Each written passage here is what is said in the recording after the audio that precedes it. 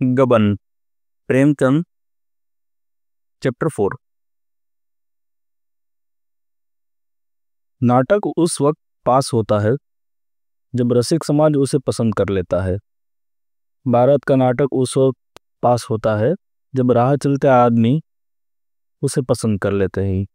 नाटक की परीक्षा 4-5 घंटे तक होती रहती है। बारात की परीक्षा के लिए केवल इतने ही मिनटों का समय होता है। सारी सजावट, सारी दौड़ धूप और तैयारी का निपटारा 5 मिनटों में हो जाता है। अगर सबके मुंह से वाह वाह निकल गया तो तमाशा पास, नहीं तो रुपया, मेहनत, फिक्र सब अकारत। दयानंद का तमाशा पास हो गया। शहर में वह तीसरे दर्जे में आता, गांव में अव्वल दर्जे में आया था। कोई बाजों की दो दो पौ सुनकर मस्त हो रहा था, कोई मर्डर को आंखें गाड़ गाड़ कर देख रहा था। कुछ लोग फुलवारियों के तख्त देखकर लौट लौट जाते थे। आतिशबाजी ही मनोरंजन का केंद्र थी। हवाइयाँ जब सतह से ऊपर जाती और आकाश में लाल, हरे, नीले, पीले कुमकुम से बिखर जाते, जब चरखियाँ छूटती और उनमें नाचते हुए मोर निकल जाते, तो लोग मंत्रमुग्ध से हो जाते थे। वाह, क्या कारीगरी है! जालबा के लिए इन चीजों में लेश मात्र भी आकर्षण न था। हाँ, वह वर को एक आंख देखना चाहती थी, वह भी सबसे छिपा कर। पर उस भीड़ भाड़ में ऐसा अवसर कहाँ। द्वारचार के समय उसकी सखियां उसे छत पर खींच ले गई और उसने रामनाथ को देखा। उसका सारा विराग, सारी उदासीनता, सारी मनोव्यथा मानो छू मंतर हो गई थी। मुंह पर हर्ष की लालिमा छा गई। अनुराग स्फूर्ति का भंडार है। द्वारचार के बाद बारात जनवा से चली गई। भोजन की तैयारियां होने लगी।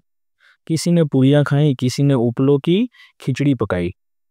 देहात के तमाशा देखने वालों के मनोरंजन के लिए नाच गाना होने लगा। 10 बजे सहसा फिर बाजे बजने लगे। मालूम हुआ कि चढ़ावा आ रहा है। बारात में हर एक रस्म डंके की चोट पर अदा होती थी। दूल्हा कलेवा करने आ रहा है, बाजे बजने लगे। समधी मिलने आ रहा है, बाजे बजने लगे। चढ़ावा ज्यों ही पहुंचा, घर में हलचल मच गई। स्त्री पुरुष, बूढ़े जवान सब चढ़ावा देखने के लिए उत्सुक हो उठे।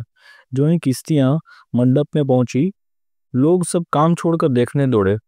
आपस में धक्कम धक्का होने लगा। मान की प्यास से बेहाल हो रही थी, कंठ सूखा जाता था। चढ़ावा आते ही प्यास भाग। दीनदयाल मारे भूख प्यास के निर्जीव से पड़े थे। यह समाचार सुनते ही सचेत होकर दौड़े। मान की एक एक चीज को निकाल निकाल कर देखने और दिखाने लगी। वहां सभी इस कला के विशेषज्ञ थे। मदों ने गहने बनवाए थे, औरतों ने पहने थे। सभी आलोचना करने लगे। चूहे दंती कितनी सुंदर है, कोई 10 तोले की होगी वह। 11.5 तोले से रत्ती पर भी कम निकल जाए तो कुछ हार जाऊं।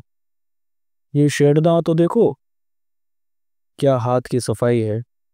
जी चाहता है कि कारीगर के हाथ चूम ले। यह भी 12 तोले से कम ना होगा। कभी देखा भी है 16 तोले से कम निकल जाए तो मुंह न दिखाऊं। हाँ, माल उतना चोखा नहीं है। यह कंगन तो देखो, बिल्कुल पक्की जड़ाई है।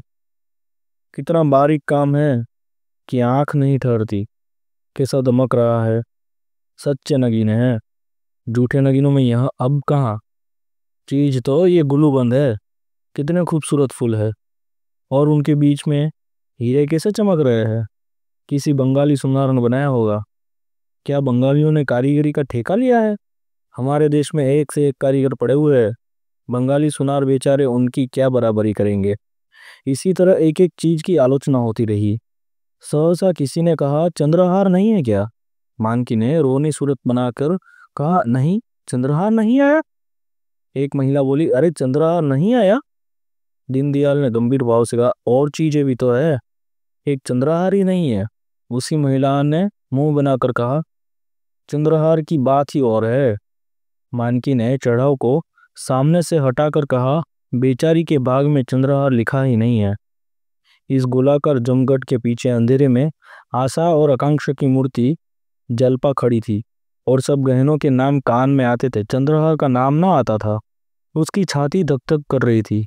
चंद्रहार नहीं है क्या, शायद सबके नीचे हो। इस तरह वह अपने मन को समझाती रही। जब मालूम हो गया कि चंद्रहार नहीं है, तो उसके कलेजे पर चोट सी लग गई।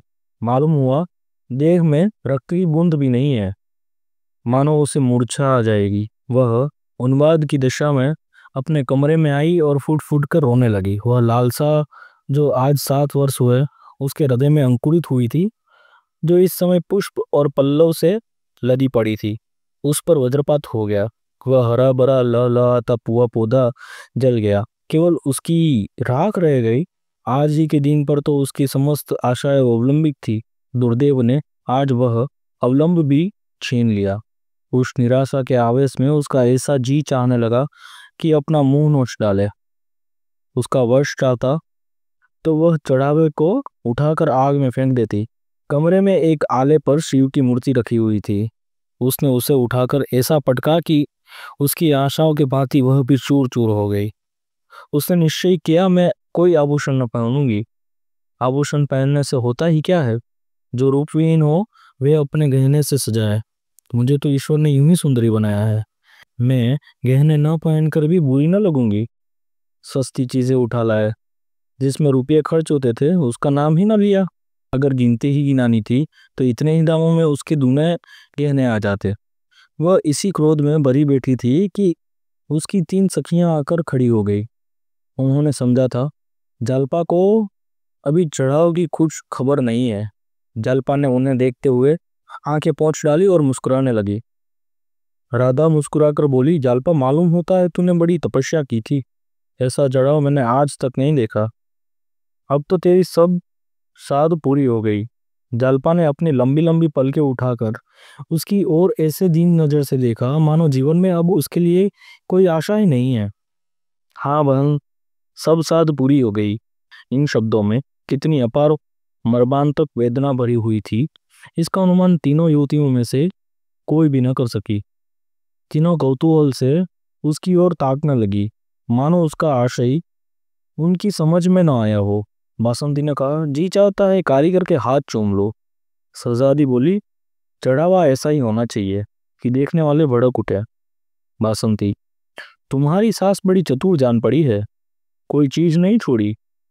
जालपा ने मुंह उधर कर कहा, ऐसा ही होगा राधा, और तो सब कुछ है, केवल चंद्रहार नहीं है। शहजादी, एक चंद्रहार के न होने से क्या होता है बहन, उसकी जगह गुलगन तो है। जालपा ने वक्रोक्ति भाव से कहा, हाँ, देह में एक आंख न होने से क्या होता है, और सब अंग तो होते ही है। आंखें हुई तो क्या, न हुई तो क्या। बालकों के मुंह से गंभीर बातें सुनकर जैसे हमें हंसी आती है, उसी तरह जालपा के मुंह से ये लालसा से भरी हुई बातें सुनकर राधा और बासंती अपनी हंसी रोक न सकी। शहजादी को हंसी न आई। यह आभूषण लालसा उसके लिए हंसने की बात नहीं, रोने की बात थी। कृत्रिम सहानुभूति दिखाई और बोली, सब न जाने कहाँ के जंगली है कि और सब चीजें तो लाए, चंद्रहार न लाए, जो सब गहनों का राजा है। लाला अभी आते हैं तो पूछती हूँ कि तुम्हें यह कहाँ की रीति निकाली है, ऐसा अनर्थ भी कोई करता है। राधा और बासंती दिल में कांप रही थी कि जालपा कहीं ताड़ न जाए। उनका बस चलता तो शहजादी का मुंह बंद कर देती, बार बार उसे चुप रहने का इशारा भी करती है। मगर जालपा को शहजादी का यह व्यंग्य संवेदना से परिपूर्ण जान पड़ा। सजल नेत्र होकर बोली, क्या करोगी पूछकर बहन, जो होना था सो तो हो गया।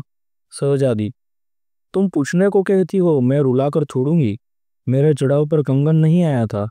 उस वक्त मन ऐसा खकड़ा हुआ था कि सारे गहनों को लात मार दो, जब तक कंगन न बने मैं नींद भर सोई भी नहीं।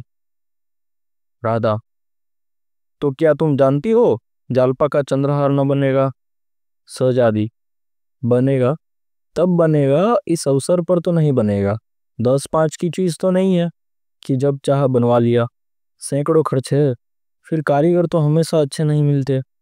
जालपा का भग्न हृदय शहजादी की इन बातों से मानो जी उठा। वह रुंधे कंठ से बोली, यही तो मैं भी सोचती हूँ बहन, जब आज न मिला तो फिर क्या मिलेगा।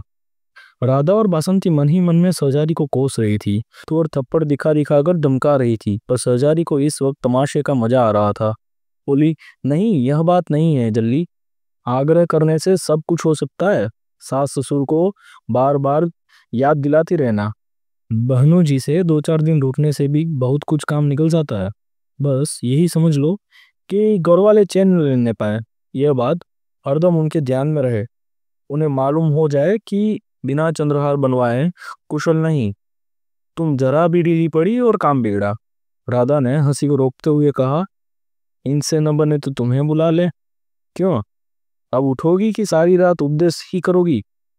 शहजादी, चलती हूँ, ऐसी क्या भागड़ पड़ी है? हाँ, खूब याद आई। क्यों जल्दी? तेरी अम्मा जी के पास बड़ा अच्छा चंद्रहार है, तुझे ना देंगी? जालपा ने एक लंबी सी सांस लेकर कहा, क्यों कहूँ बहन, मुझे तो आशा नहीं है। शहजादी, एक बार कहकर तो देखो, अब उनके कौन से पहनने ओढ़ने के दिन है? जालपा, मुझसे तो न कहा जाएगा शहजादी। मैं कह दूंगी। जालपा, नहीं नहीं, तुम्हारे हाथ जोड़ती हूँ, मैं जरा उनके मातृ स्नेह की परीक्षा लेना चाहती हूँ। बासंती ने शहजादी का हाथ पकड़कर कहा, अब उठेगी भी कि यहाँ सारी रात उपदेश ही देती रहेगी? शहजादी उठी और जालपा का रास्ता रोककर खड़ी हो गई और बोली, नहीं, अभी बैठो बहन, तुम्हारे पैरों पड़ती हूँ। शहजादी, अब यह दोनों चुड़ैले बैठने के तब ना, मैं तो तुम्हें गुर सिखाती हूँ और यह दोनों मुझे जल्लाती है। सुन नहीं रही हो, मैं भी विष की गांठ हूँ। बासंती, विष की गांठ तो तू है ही। शहजादी, तुम भी तो ससुराल से साल बर्बाद आई हो, कौन कौन सी चीजें नहीं बनवा लाई? बासंती, और तुमने 3 साल में क्या बनवा लिया? तो शहजादी, मेरी बात छोड़ो, मेरा खसम तो मेरी बात ही नहीं पूछता। राधा, प्रेम के सामने गहनों का कोई मूल्य नहीं। शहजादी, तो सूखा प्रेम तुम ही को गले। इतनों में मानकी ने आकर कहा, तुम तीनों यहाँ बैठी क्या कर रही हो? चलो, वहां लोग खाना खाने आ रहे हैं। तीनों युवती चली गई। जलपा माता के गले में चंद्रहार की शोभा देखकर मन ही मन में सोचने लगी, गहनों से इनका जी कभी नहीं भरेगा।